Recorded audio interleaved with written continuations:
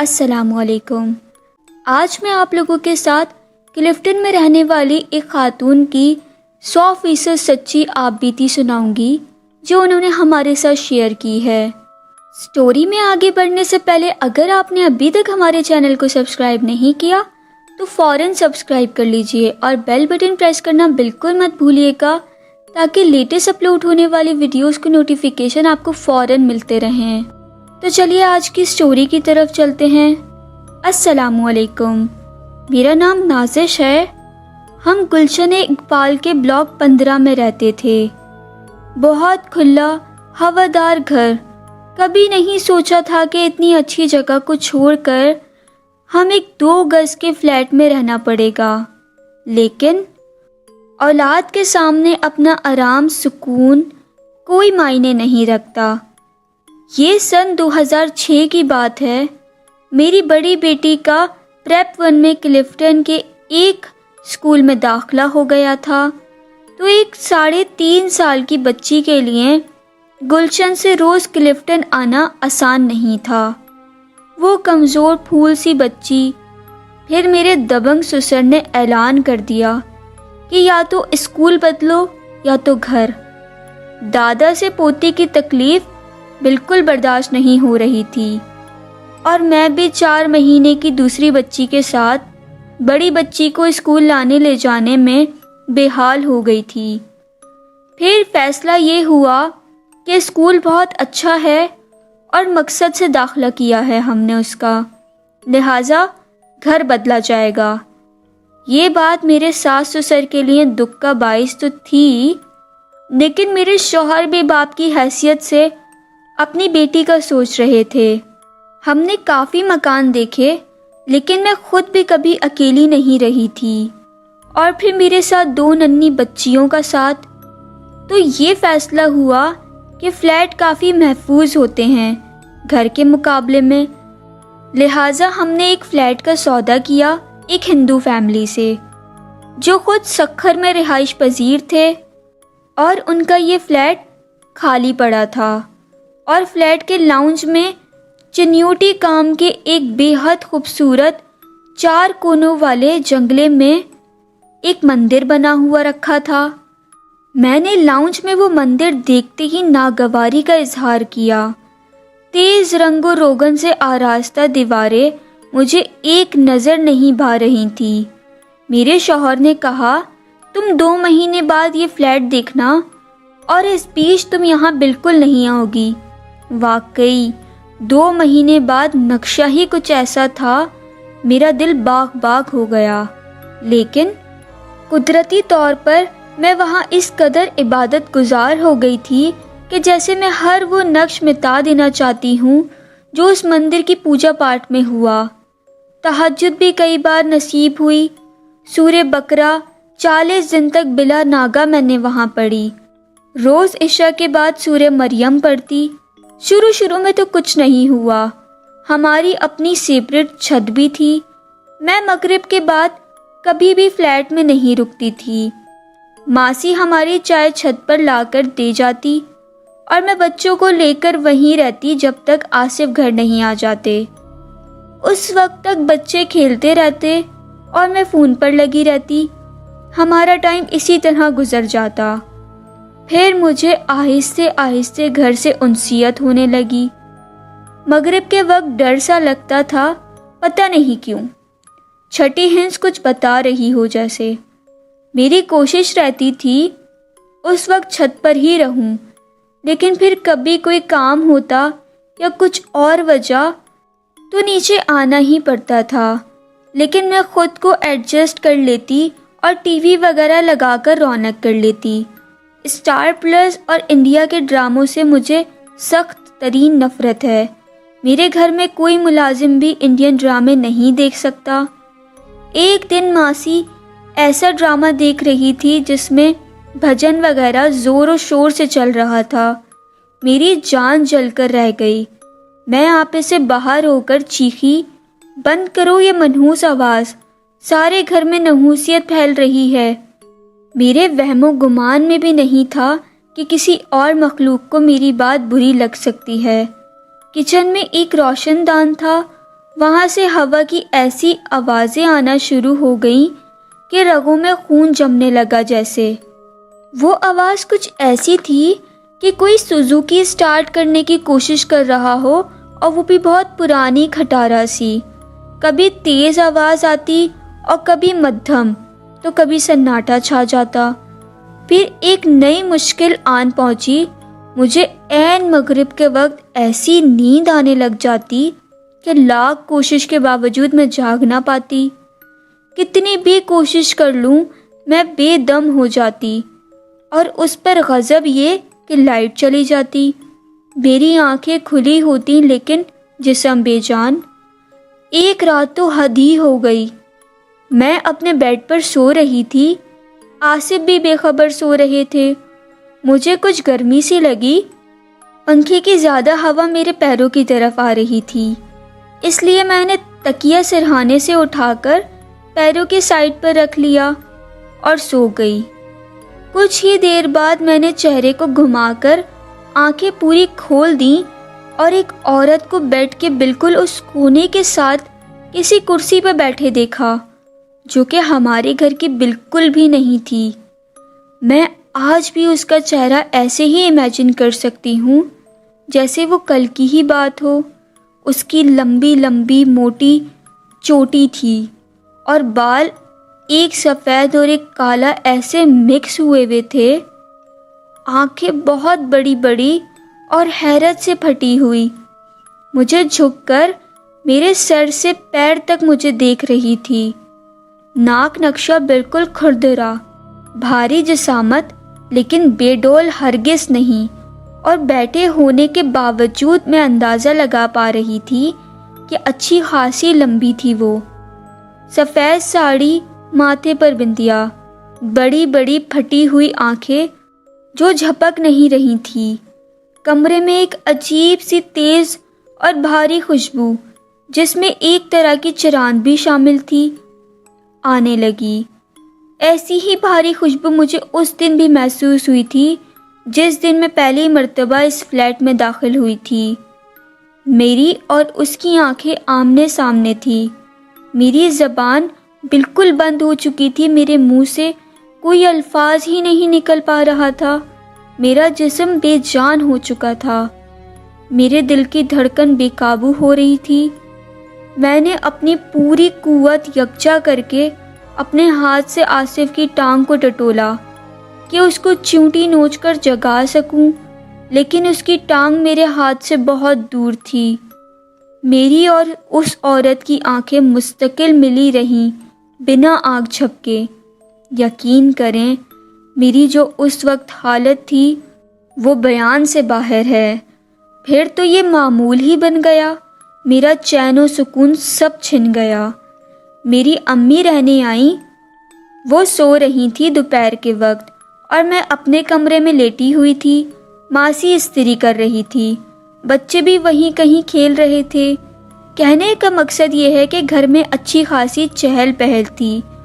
اتنے میں امی کے زوردار چیخنے کی آواز آئی، کون ہو تم؟ کون ہے وہاں؟ اور مجھے سمجھنے میں ایک سیکنڈ بھی نہیں لگا کہ امی نے بھی ان آنٹی کا دیدار کر لیا ہے۔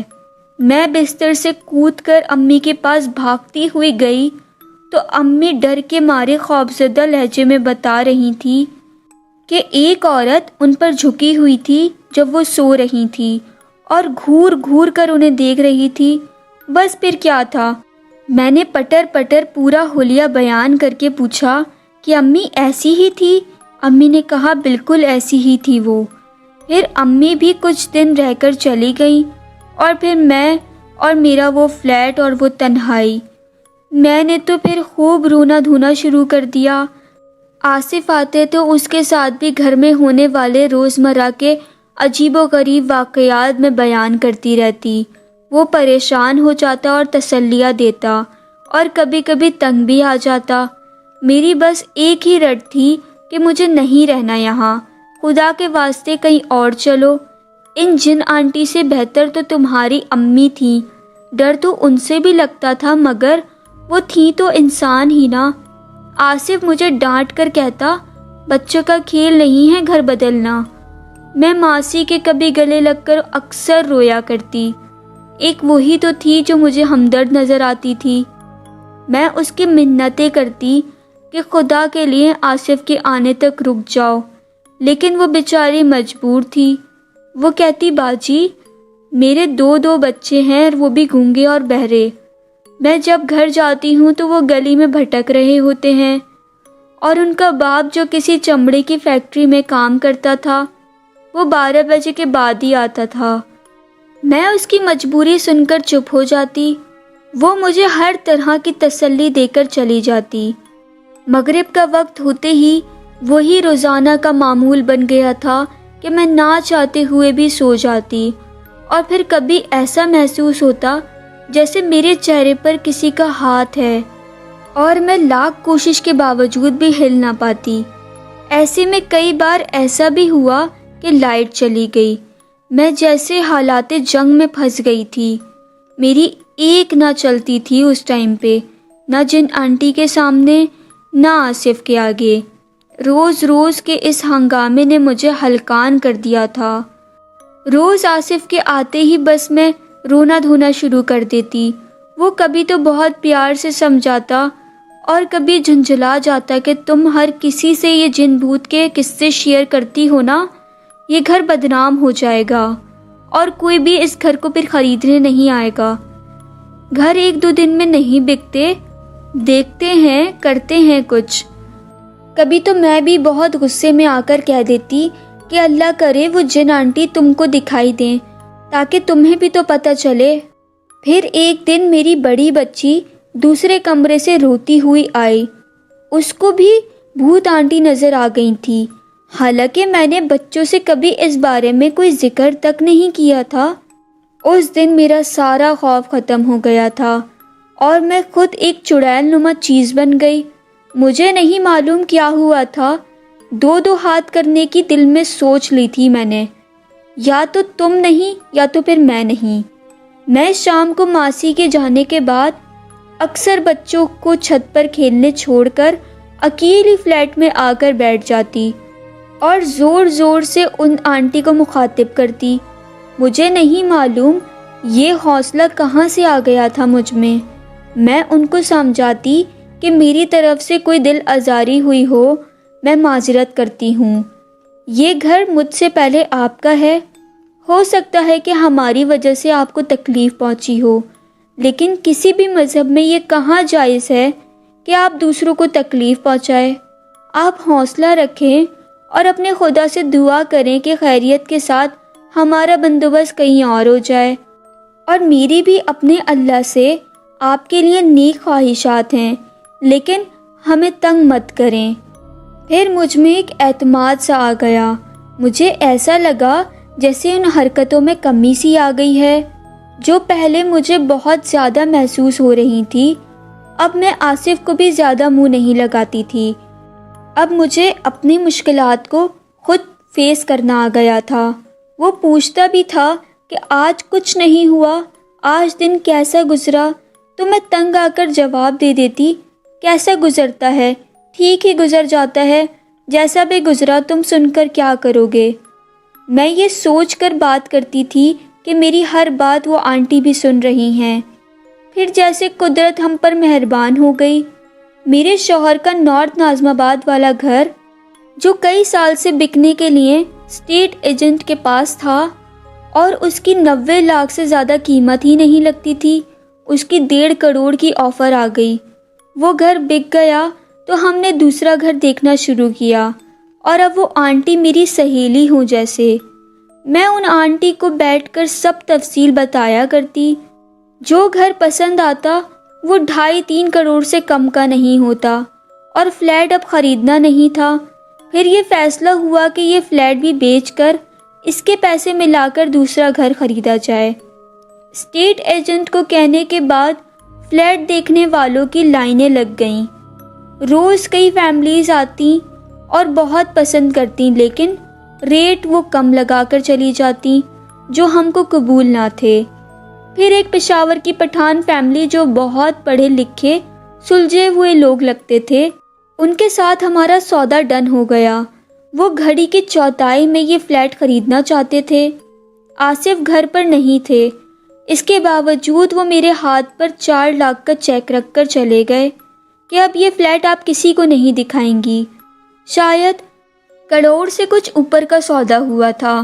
میں بڑی پریشان کہ کیا کروں، مجھے تو ان کو ہینڈل کرنا بھی نہ آئے۔ خیر، جب آصف آئے تو میرا چہرہ اترا ہوا دیکھ کر پوچھا کہ اب کیا ہوا، تو میں نے وہ چیک ان کے حوالے کر دیا۔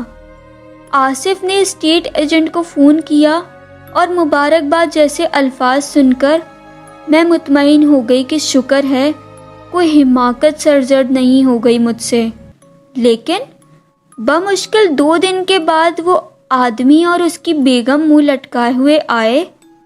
ہم رات کا کھانا ہی کھا رہے تھے اور میں جب چائے لیے کمرے میں پہنچی تو یہ الفاظ سنے کہ چلیں، نصیب میں نہیں تھا تو اللہ مالک ہے۔ میں بجھ سی گئی۔ بعد میں تفصیل پتہ چلی کہ وہ پیسوں کا بندوبست نہیں کر سکے اور سودا منسوخ ہو گیا۔ آصف نے ان کا چیک ان کے حوالے کر دیا اور وہ شرمندہ سے چلے گئے اور میں دوبارہ پریشان ہو کر بیٹھ گئی۔ پھر اس کا سودا ایک مسلمان فیملی میں ہوا۔ ان کو ہمارا فلیٹ بے انتہا پسند آیا اور پھر 2 دن بعد وہ سودا بھی منسوخ ہو گیا۔ میں اور آصف حیران تھے کہ یہ کیا ہو رہا ہے۔ اب آصف بھی میری باتوں کا یقین کرنے لگے تھے اور کہا، یار کہیں وہ تمہاری جن آنٹی تو ایسا نہیں کر رہی کہ ان کو یہ فیملیز پسند نہ آ رہی ہوں، اس لیے یہ سودا منسوخ ہو رہا ہے۔ جب تیسری بار ایسا ہوا تو ایک دوپہر میں بہت روئی میں اور کہا کہ یہ کیا ہو رہا ہے، اور اس کے بعد آپ حیران ہوں گے کہ ایک ہندو فیملی آئی اور 1 کروڑ 20 لاکھ میں سودا ڈن ہو گیا۔ پھر تو کوئی شک ہی نہیں رہا کہ پچھلے سودے کیوں منسوخ ہو رہے تھے۔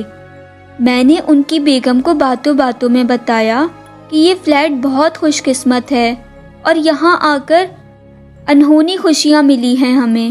تو آصف مجھے گھورتے رہے کہ شاید میں اپنی جن آنٹی سہیلی کا ذکر نہ کر دوں، لیکن میں اتنی بھی پاگل نہیں ہوں۔ ہم نے وہ فلیٹ اس ہندو فیملی کو خیریت سے بیچ دیا۔ پھر ہم نے دوسرا گھر خریدا جو پچھلے 5 سال سے بند پڑا تھا، اور میری ٹینشن کی کوئی انتہا نہ تھی کہ ابھی تو ایک جن آنٹی سے 2 ہاتھ کر کے ہلکان ہوئی ہوں، اب یہاں کوئی جن انکل نہ مل جائیں۔ لیکن اللہ کا شکر ہے یہاں بہت سکون ہے۔ آپ کو یہ سن کر حیرت ہوگی کہ اس ہندو فیملی نے بھی وہ فلیٹ بیچ کے بنگلے میں شفٹ ہو چکی ہے، اور وہ فلیٹ انہوں نے دگنی قیمت میں فروخت کیا، اور آج بھی وہ فلیٹ اسی طرح ویران اور خالی پڑا ہے۔ تو کیسی لگی آپ کو آج کی میری یہ سٹوری؟ کامنٹ سیکشن میں اپنی رائے کا اظہار ضرور کیجیے گا، اور آپ پر یا آپ کے کسی بھی عزیز پر کوئی بھی حقیقت پہ مبنی انٹرسٹنگ واقعہ پیش آیا ہے تو ڈسکرپشن میں دیے گئے ای میل پر رابطہ کر کے مجھ سے اپنا واقعہ لازمی شیئر کریں، تاکہ میں آپ لوگوں کے ساتھ اسی طرح اور انٹرسٹنگ سٹوریز لا سکوں۔